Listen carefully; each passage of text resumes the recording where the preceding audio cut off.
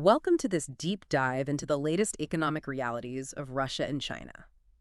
When you look at a car's dashboard, a glowing green light usually means, well, everything is fine.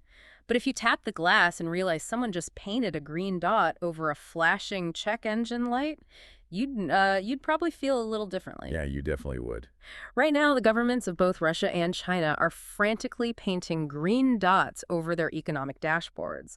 But today, we're popping the hood to look at the engine. Exactly. We are pulling the official state-sponsored numbers apart to see what is actually driving these systems. Because underneath all that projected strength, the internal machinery in both nations is fracturing. It's just groaning under immense pressure. Let's start with the friction building up inside Russia. Now, as we touched on in our last deep dive, you already know the record low 3% unemployment rate isn't some sign of economic health. Right, it's a mirage. Yeah, it's a severe labor crisis masked by military drafts and mass emigration. We know that. But the update here is that this friction is now seizing up the actual industrial gears. Here. Growth has sharply plummeted to just 1.4% in early 2025. And, inflation's hovering over 10%. Mm-hmm. To combat that, their central bank is holding interest rates at a suffocating 20% or even higher. Over 20%, wow. Yeah, and that is where you see the real damage. When borrowing costs that much, civilian consumption just flatlines. Small businesses cannot get the loans they need to operate, and everyday families are crushed by variable debt costs. Meanwhile, defense spending is cannibalizing, roughly 40% of the federal budget? Almost half, yeah.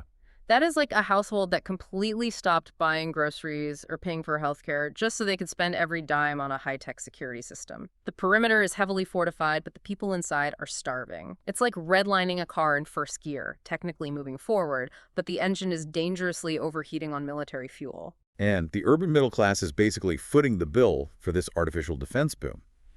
But because that internal domestic engine is starved, the state becomes, well, completely reliant on external lifelines. Which brings us to a major update in the global sanctions strategy we've been tracking. Right. Western strategy has officially pivoted.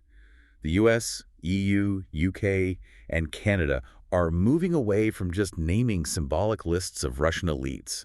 They're aggressively hunting down global networks. They're going after the plumbing, right? Specifically, the shadow fleet. Exactly. The shadow fleet, those aging, uninsured oil tankers flying obscure flags to bypass international price caps.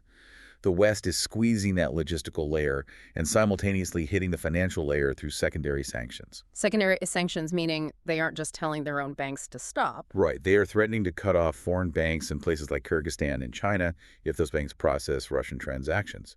The cost to move a single dollar or barrel of oil is steadily rising. Okay, so Russia is surviving by laundering its trade through third countries, leaning super heavily on China. But that whole workaround assumes China's own economic engine is healthy. And if we look under the hood of China's economy right now, I'm struggling to square two totally different realities. How so? Well, on one hand, Chinese EVs and machinery are flooding the global market. They look like this massive export juggernaut.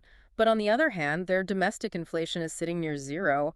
Why are average Chinese citizens so spooked? Why are they hoarding cash if their factories are supposedly booming?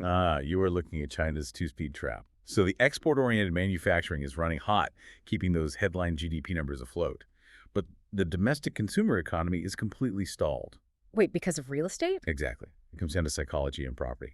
Up to 70% of household wealth in China is tied up in real estate. With that sector in a multi-year crash, citizens feel instantly poorer.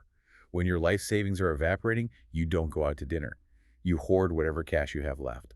A profound lack of confidence. But instead of rolling out stimulus checks to help consumers, Beijing is weaponizing supply chains. Right. They are restricting critical high-tech inputs like indium. Which you need for touchscreens and semiconductors. Exactly. By throttling those materials, Beijing maintains geopolitical leverage. They are prioritizing state power over fixing the domestic drag. So taking a step back, both regimes are playing the exact same game. They're desperately propping up their economies through state-directed production, all while masking this deepening financial strain crushing their everyday citizens. Yep. The core takeaway is that state strategy and military output are consistently prioritized over the basic economic security of the population. Which leaves you with this to mull over. If a system consistently ignores its own people, if the Russian middle class is hollowed out by 20% interest rates, or Chinese citizens are forced to hoard cash because their wealth is vanishing, at what point does the population's silent economic strike become a greater existential threat than any external sanction?